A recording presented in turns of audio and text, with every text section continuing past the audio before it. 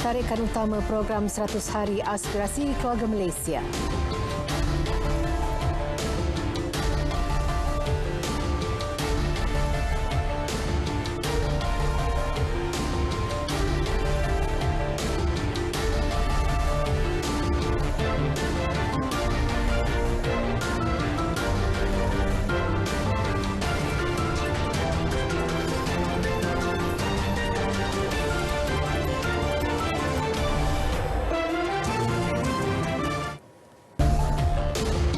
Assalamualaikum dan salam sejahtera saudara. Anda bersama saya Nurul Alis, Aidil Akhbar untuk laporan berita tengah malam. Saudara, biarpun sudah berkali-kali ditahan polis, seorang lelaki berusia 29 tahun bagaikan tidak serik melakukan jenayah. Lelaki berkenaan yang baru dibebaskan dari penjara 2 minggu lalu itu ditahan pihak polis kerana dipercayai meragut beg seorang wanita di sekitar Taman Connaught Ceras. Suspek berkenaan mempunyai 25 rekod jenayah dan dadah ditahan Isnin lalu hasil maklumat dan bantuan orang awam yang membantu menangkapnya. Menurut Timbalan Ketua Polis Kuala Lumpur, Datuk Yahaya Othman, suspek yang menaiki motosikal disyaki meragut mangsa berusia 65 tahun dari arah belakang sebelum memecut motosikal melarikan diri. Suspek yang bersenjatakan pisau pemotong kertas dapat ditahan oleh orang ramai sebelum diberkas pasukan polis daripada D9 IPD Ceras. Hasil siasatan awal, suspek turut disyaki terbabit dalam beberapa siri kes jenayah jalanan, namun siasatan selanjutnya masih dijalankan. Batalion 5 Pasukan Gerakan AM Simpang Renggam Johor berjaya merampas arak seluduk bernilai 1.2 juta ringgit dalam serbuan ke atas 3 premis di daerah Muar semalam. Serbuan dilakukan di Bukit Treh serta 2 lagi premis di Parit Kadir Darat, Bukit Pasir dan Parit Jamil, Parit Jawa, Muar. Pegawai Pemerintah Superintenden Dimin Awang menerusi kenyataan yang memaklumkan 2 lelaki berumur 29 tahun ditahan dipercayai menjalankan aktiviti penjualan arak seludup sejak 3 tahun lalu. Kedua-dua suspek juga menjadikan premis terbabit sebagai tempat memproses arak dan menyimpannya di dalam tong berwarna biru dan kotak. Kes disiasat mengikut Seksyen 135-1 Akta Kastam 1967 dan Seksyen 75 Akta Eksais 1976. Sejarah tersendiri dilakar menerusi penganjuran program 100 Hari Aspirasi Keluarga Malaysia pada hari ini. Ia susulan komitmen dan kesungguhan tinggi ditunjukkan semua anggota jemaah menteri dalam menjayakan program berkenaan. Istimewanya, ia membabitkan pelibatan kesemua kementerian dan jabatan kerajaan dalam satu masa. Menurut Ketua Setiausaha Negara Tan Sri Muhammad Zuki Ali, berbeza dengan penganjuran acara mega kerajaan sebelum ini yang memfokuskan kepada segmen tertentu. Namun program Aspirasi Keluarga Malaysia kali ini telah mengukir rekod baharu yang begitu unik dan istimewa. Dalam masa sama, beliau turut berharap setiap kementerian terus memberi sepenuh komitmen bagi meneruskan aspirasi tersebut dengan pelbagai inisiatif ke arah kesejahteraan dan kemakmuran seluruh keluarga Malaysia dan tidak hanya terhad kepada 100 hari pertama pentadbiran. Program 100 Hari Aspirasi Keluarga Malaysia berlangsung di Pusat Konvensyen Kuala Lumpur, KLCC, selama 4 hari mulai hari ini dari pukul 9 pagi hingga 10 malam. Tapak pameran Jabatan Pengangkutan Jalan JPJ dan Polis Diraja Malaysia PDRM menjadi tumpuan utama sewaktu program 100 Hari Aspirasi Keluarga Malaysia hari ini. Ia susulan diskaun pembayaran saman sehingga 80% yang ditawarkan. Bagaimanapun, tawaran pengurangan saman itu tidak melibatkan kes saman dalam sebutan mahkamah. Kesalahan-kesalahan utama dilakukan, kesalahan kenderaan berat serta pengubahsuaian egzos. Orang ramai juga boleh menikmati tawaran diskaun itu sehingga 12 Disember ini. Dalam memastikan pematuhan operasi standard SOP, JPJ menyarankan orang ramai membuat rayuan pengurangan secara dalam talian dengan menggunakan sistem MySikap. Menteri Perusahaan, Peladangan dan Komoditi Datuk Zuraida Kamaluddin memaklumkan peningkatan nilai ekspor sektor agri-komoditi bagi 2 bulan berturut-turut merupakan pencapaian kementeriannya bagi 100 hari. Tambah beliau, peningkatan 148% iaitu RM154.6 bilion pada September tahun ini, manakala 143% iaitu RM171.7 bilion bagi Oktober tahun yang sama. Beliau turut optimis nilai ekspor sektor berkenaan bagi bulan ini mampu mencapai sehingga RM180 bilion. Jadi kita tengah mencari langkah-langkah bagaimana nak mengekalkan harga sawit ini. Tapi kita telah ambil langkah-langkah seperti meningkatkan lagi produktiviti. Meningkatkan lagi produktiviti melalui penciptaan automation, teknologi. Dan juga kita nak menyelaraskan pengurusan pekebun-pekebun kecil. Dan juga kita juga melihat kawasan-kawasan sawit yang tidak dituai, tidak dijaga. Yang ini pun insya-Allah KPPK akan mengambil alih untuk memastikan bahawa ada peningkatan hasil sawit ini dan juga dengan Beliau berkata demikian selepas melawat tapak pameran Kementerian Perusahaan, Peladangan dan Komoditi di Pusat Konvensyen Kuala Lumpur. 100 hari meneraju pentadbiran Islam negara, Menteri di Jabatan Perdana Menteri Hal Ehwal Agama Idris Ahmad mendepani cabaran besar apabila mengambil alih tugas dalam tempoh genting pandemik COVID-19. Namun beliau berjaya mengharunginya dengan baik. Wartawan JAKIM Syafiqah Mat Saad ada laporannya.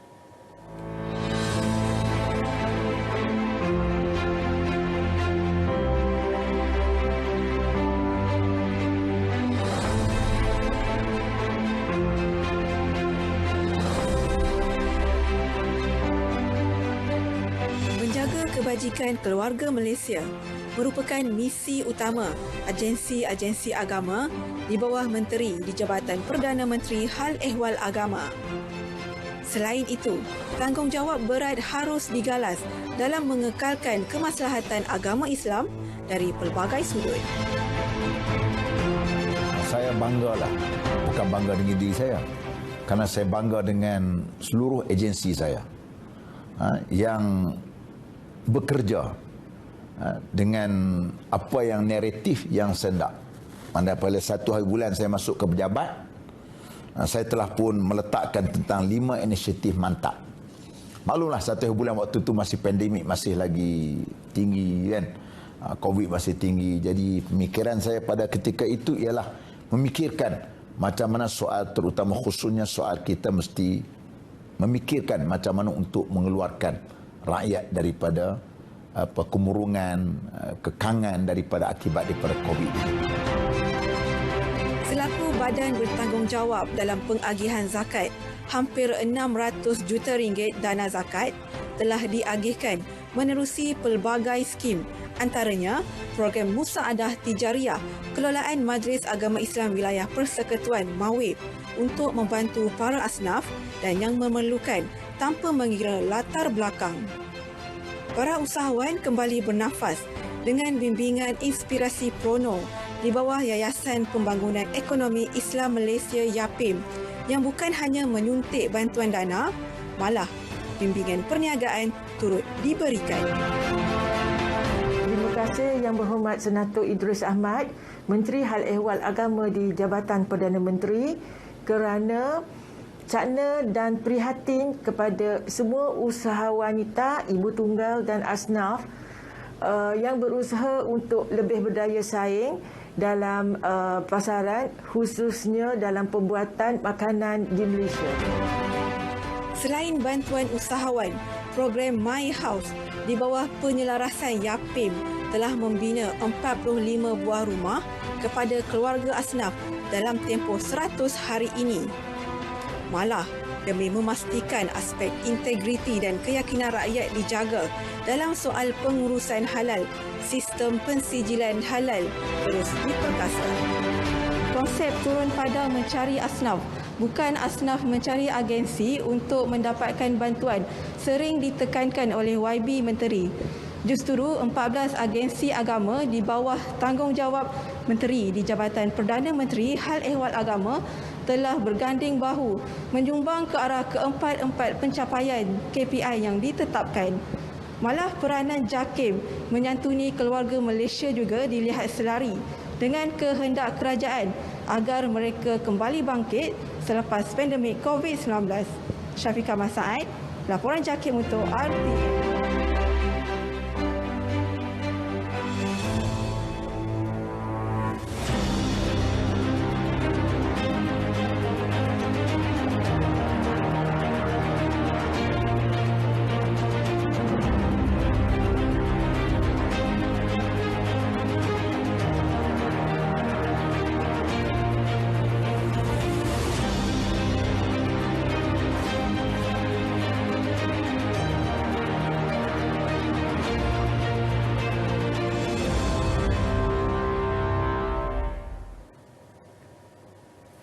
Keputusan Naib Pengerusi Bersatu Sarawak Dato' Ali Biju untuk tidak mempertahankan kerusi Dewan Undangan Negeri Dun Krian yang dimenangi pada pilihan raya umum Dun Sarawak yang lepas disifatkan sebagai langkah terpuji. Presiden Bersatu Tan Sri Muhyiddin Yassin berkata keputusan itu demi menghormati hubungan setiakawan yang terjalin antara parti itu dengan gabungan Parti Sarawak GPS. Tambah beliau, pengorbanan yang dilakukan oleh Dato' Ali Biju adalah amat besar dalam memperkukuhkan jalinan hubungan kerjasama antara Bersatu dan GPS di Sarawak. Dato' Ali Biju mengumumkan menarik diri daripada bertanding sebagai calon bebas di Dun Krian. Keputusan tersebut juga berikutan nasihat dari pimpinan tertinggi parti demi persefahaman kerangka besar politik nasional yang disepakati di antara Perikatan Nasional dan GPS.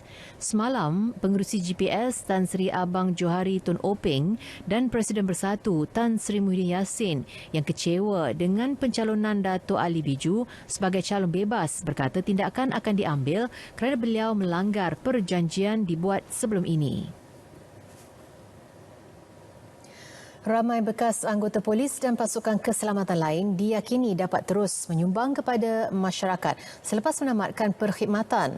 Ketua Menteri Sarawak Tan Sri Abang Johari Tun Openg berkata ramai antara bekas anggota polis di Sarawak diberi kepercayaan bagi memegang tanggungjawab dan amanah dalam masyarakat. Selain itu, turut menyokong penuh usaha Persatuan Alumni Polis Sarawak untuk menceburi kegiatan ekonomi selain menumpukan kepada usaha kebajikan.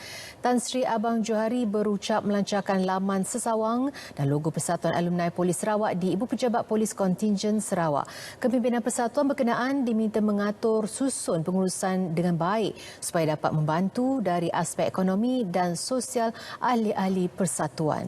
Tan Sri Abang Johari mahu potensi pertanian dibangunkan dari pelbagai sudut untuk menjana pendapatan.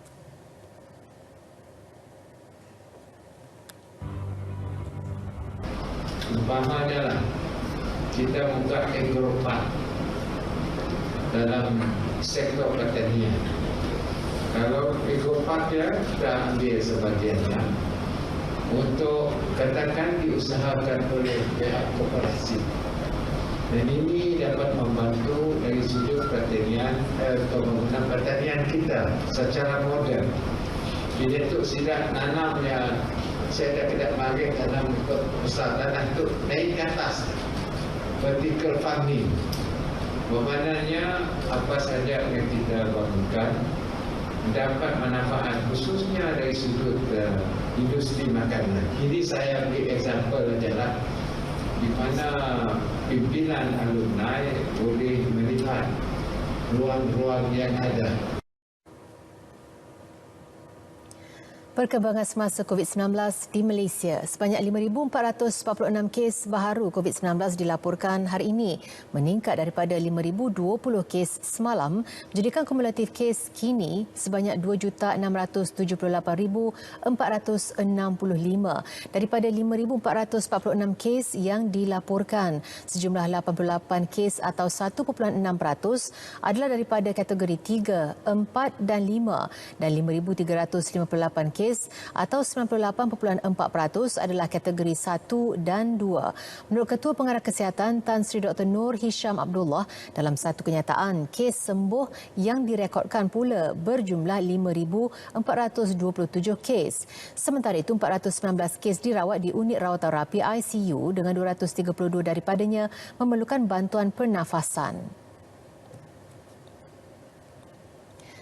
Program imunisasi COVID-19 kebangsaan ketika ini sebanyak 97.2% atau 22,746,838 individu bagi populasi dewasa di negara ini telah lengkap menerima suntikan vaksin COVID-19 setakat semalam.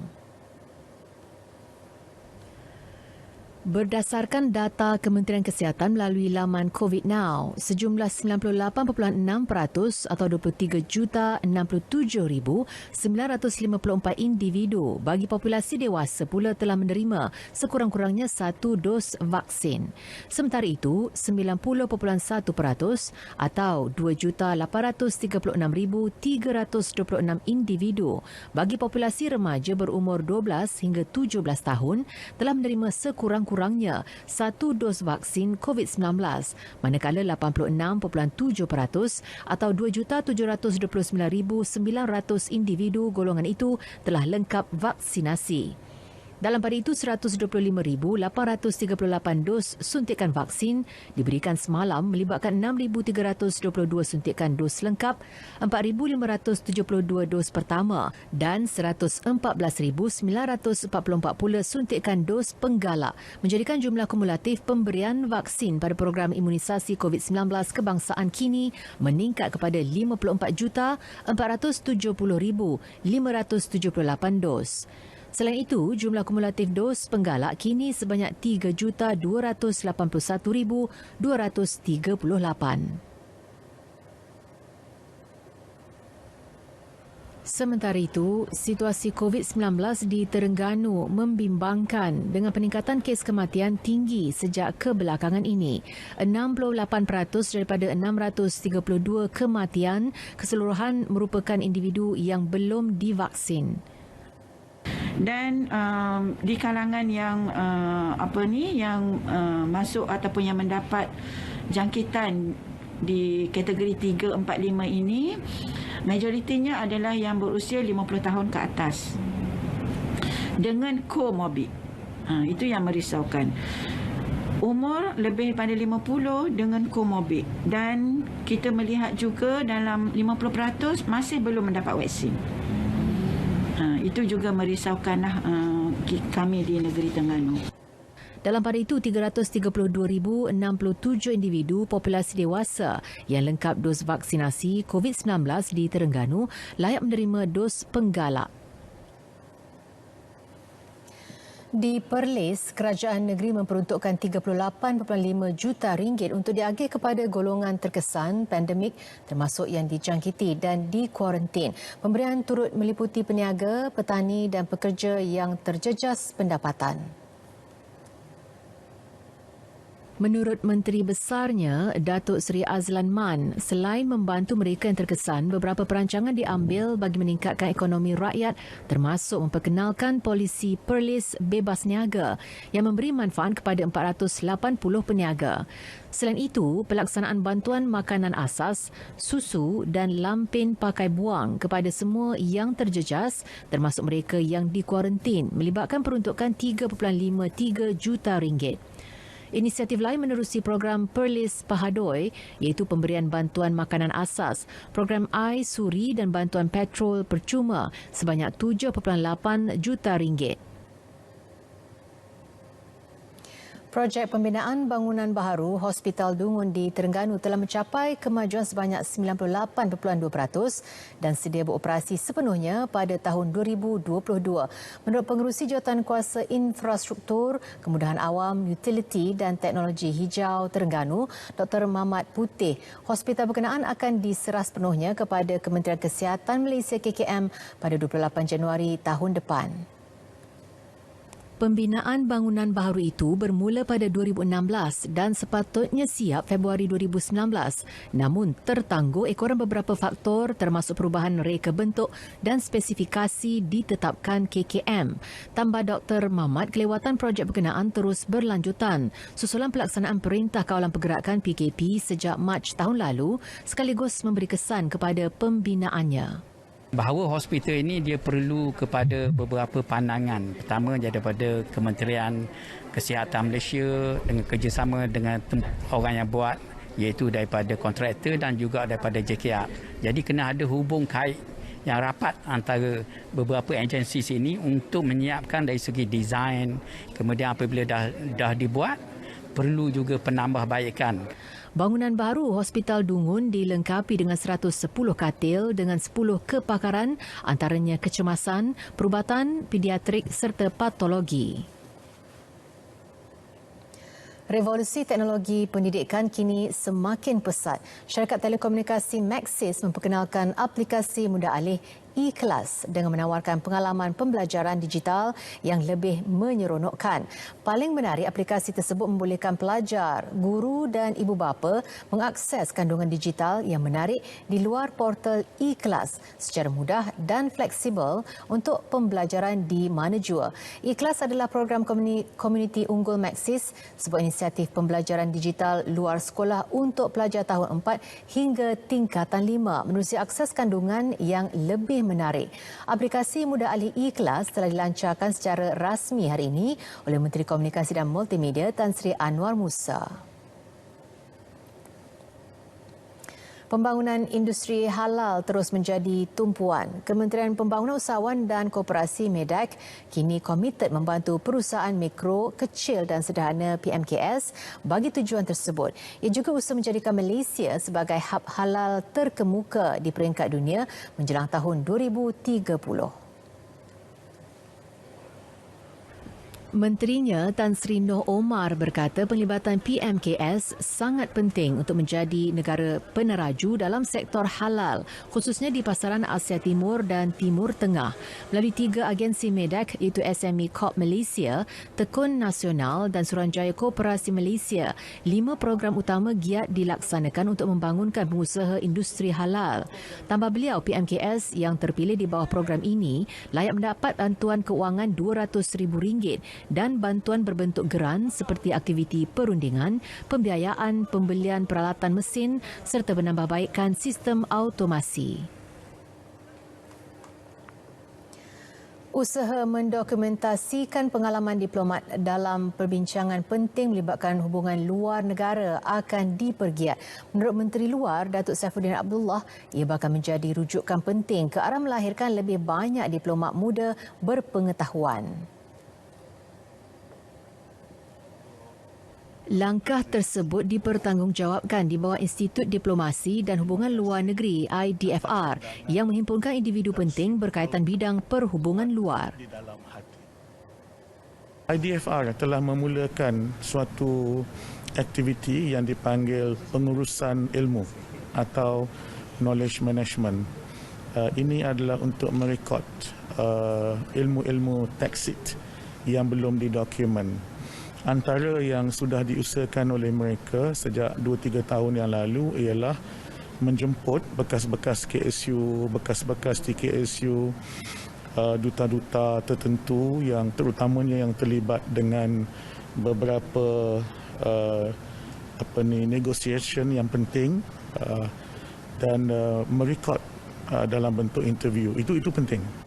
Beliau berkata demikian selepas merasmikan anugerah buku IDFR Al-Bukhari 2021 di Ibu Negara. Thank you Yang Purna. Kelab RTM Kuantan hari ini menganjurkan program pemeriksaan kesihatan melibatkan 70 kaki tangannya bagi memastikan tahap kesihatan ahli sentiasa terjamin. Pengerusinya, Jaya Prabu Balasubramaniam berkata program diadakan selaras dengan 3 teras utama penganjuran program kelab iaitu kesihatan, rohani dan sosial. Menurutnya, menerusi program terbabit, kaki tangan RTM dapat mengenal pasti tahap kesihatan masing-masing yang sekaligus dapat membantu mereka dalam melaksanakan tugasan yang diamanahkan. Kita mengutamakan kesedaran dalam kalangan warga RTM Pahang betapa pentingnya kita kena menjaga kesihatan, medical check-up dan sebagainya. Kalau mereka nak pergi buat dekat klinik, mungkin mereka kekangan masa dan kekangan wang ringgit. So hari ini kami sponsor, Kelab RTM Kuantan sponsor semuanya untuk medical check-up dan mereka datang sini boleh cek diabetes, pressure dan juga kolesterol. Yang pentingnya kolesterol. Beliau berkata demikian selepas menjalani pemeriksaan kesihatan yang diadakan secara percuma anjuran Kelab RTM Kuantan dengan kerjasama IIUM Medical Specialist Centre Kuantan.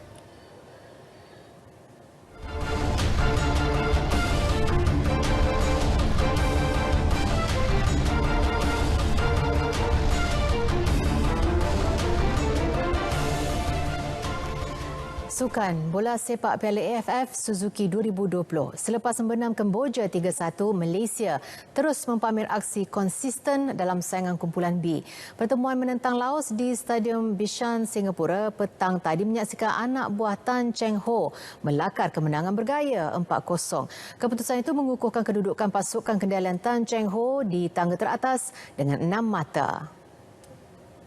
Safawi Rashid meletakkan Harimau Malaya di depan seawal minit ke-7 selepas menyambut hantaran lintang pemain sayap Arif Aiman Hanapi. Sentuhan Safawi sekali lagi berhasil apabila tandukannya gagal dihalang kemas pemain pertahanan Laos pada minit ke-33 untuk meletakkan Malaysia selesa 2-0 di depan. Bersambung babak kedua, anak buah Cheng Ho terus menguasai perlawanan. Namun deretan peluang yang berjaya dicipta gagal diterjemahkan barisan serangan. Cheng Ho turut melakukan 4 pertukaran termasuk membawa masuk Dominic Tan, Arko Geliswaran dan Syaril Fikri. Gol ketiga skuad negara hadir pada minit ke-78 menerusi gerakan cantik pemain pertahanan Syahrul Saad yang menyempurnakan hantaran Badrul Bakhtiar. Belum pun reda dengan jaringan itu, Safawi melebarkan lagi kedudukan apabila meledakkan hat-trick 2 minit kemudian sebelum direhatkan dan diganti dengan Guilherme Dipola. Keputusan 4-0 kekal sehingga tamat perlawanan. Malaysia akan bertemu juara bertahan Vietnam bagi aksi ketiga kumpulan B Ahad ini.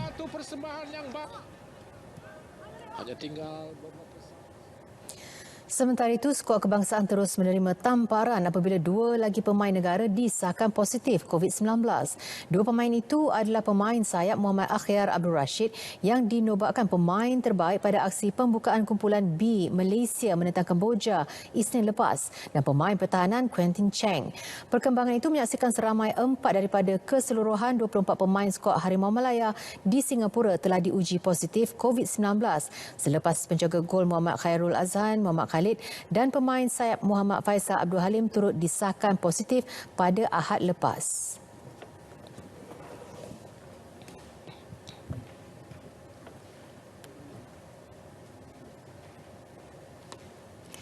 Saudara, berita tengah malam berakhir di sini. Pameran 100 Hari Aspirasi Keluarga Malaysia sedang berlangsung di Dewan 2, Pusat Konvensyen Kuala Lumpur KLCC sehingga Ahad ini 12 Disember. Pelbagai aktiviti menarik menanti anda di gerai pameran Kementerian Komunikasi dan Multimedia dan RTM mulai pukul 10 pagi hingga 10 malam. Yang sahih di Berita RTM. Saya Nurul Alis mengucapkan Assalamualaikum dan jumpa lagi.